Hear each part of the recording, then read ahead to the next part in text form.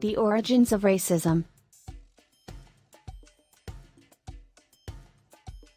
One common critique leveled at evolutionary studies of human behavior is that by revealing the origins of the human psyche's darker elements, they may validate our worst characteristics. The fear that a scientific knowledge of human behavior and society will be used to explain racism, sexism, and other types of discrimination sparked the sociobiology craze. Ideologues tend to grasp at everything that supports their worldview while ignoring anything that opposes it. However, this should not influence the questions scientists pose. In truth, current evolutionary biology has made significant contributions to our knowledge of how race, racism, gender, and sexism develop. In this regard, I've been enjoying reading up on the latest research on the origins and neurology of race and racism. An article on the roots of racism by Elizabeth Kulata and a Nature Neuroscience review on the neuroscience of race by Jennifer Kubota and colleagues are two of the more interesting reads. Kulata's study, which appears in a special section of Science on Human Conflict, focuses on two key topics that are gaining traction. To begin with, racism is just one of many manifestations of our developed ability to live and operate in communities.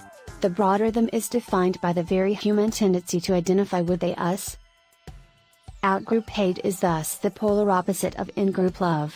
Our desire to establish coalitions and allegiances leads to religious intolerance, ethnic distrust, and even outright hatred of Collingwood supporters. Another essential aspect is that hatred against members of other groups is fueled by fear, particularly fear of males.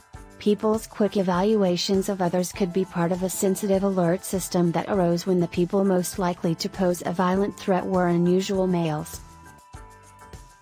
Of course, racism is much more than a dread of strange males. However, Kubota et al. Analysis of the neuroscience evidence regarding how we react to race reveals that this theory has some merit.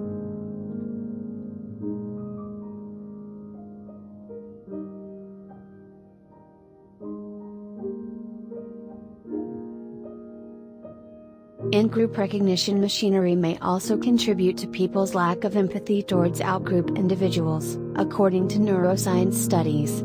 Faces from their own racial group are easier to recognize and remember.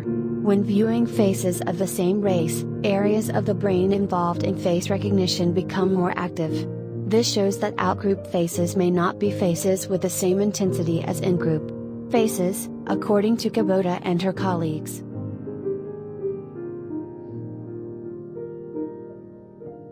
Some media entities utilize the concept of hardwiring more clumsily than the Daily Mail in the United Kingdom, which I've already criticized. Their response to last month's Nature Neuroscience article was to claim that racism is hardwired into the human brain.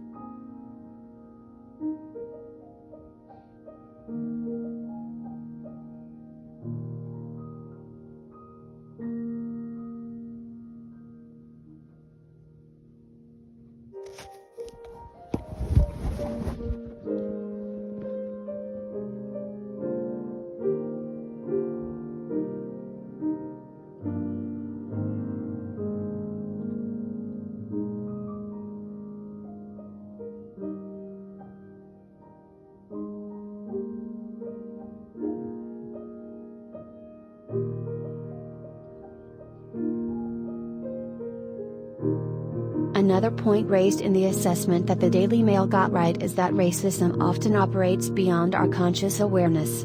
Even those who claim to be anti-racist can make stereotyped or unjust judgments of others, displaying prejudices they are unaware of. This complicates the investigation of racial attitudes. Only explicit attitudes that subjects are prepared to confess are measured in surveys. However, we frequently hide our opinions and biases from others, including ourselves. Fortunately, psychologists have created some fantastic instruments for assessing implicit attitudes and assumptions, such as the implicit association test. These tests evaluate how quickly and accurately a subject reacts when asked to associate positive notions with one group and negative concepts with another, against how quickly and accurately they reply when asked to make the opposite associations. Even individuals who appear to have no racial preferences when questioned explicitly, a surprising proportion of people are faster at connecting negative notions with other race groups and good concepts with their own than they are at the opposite. Understanding the elements that influence people's implicit preconceptions can certainly be used cynically or positively. Understanding what makes people more sensitive to race and outgroup anxiety can also assist debunk future demagogues. Noel Turnbull, writing on Crikey.com earlier this week about the roots of racism.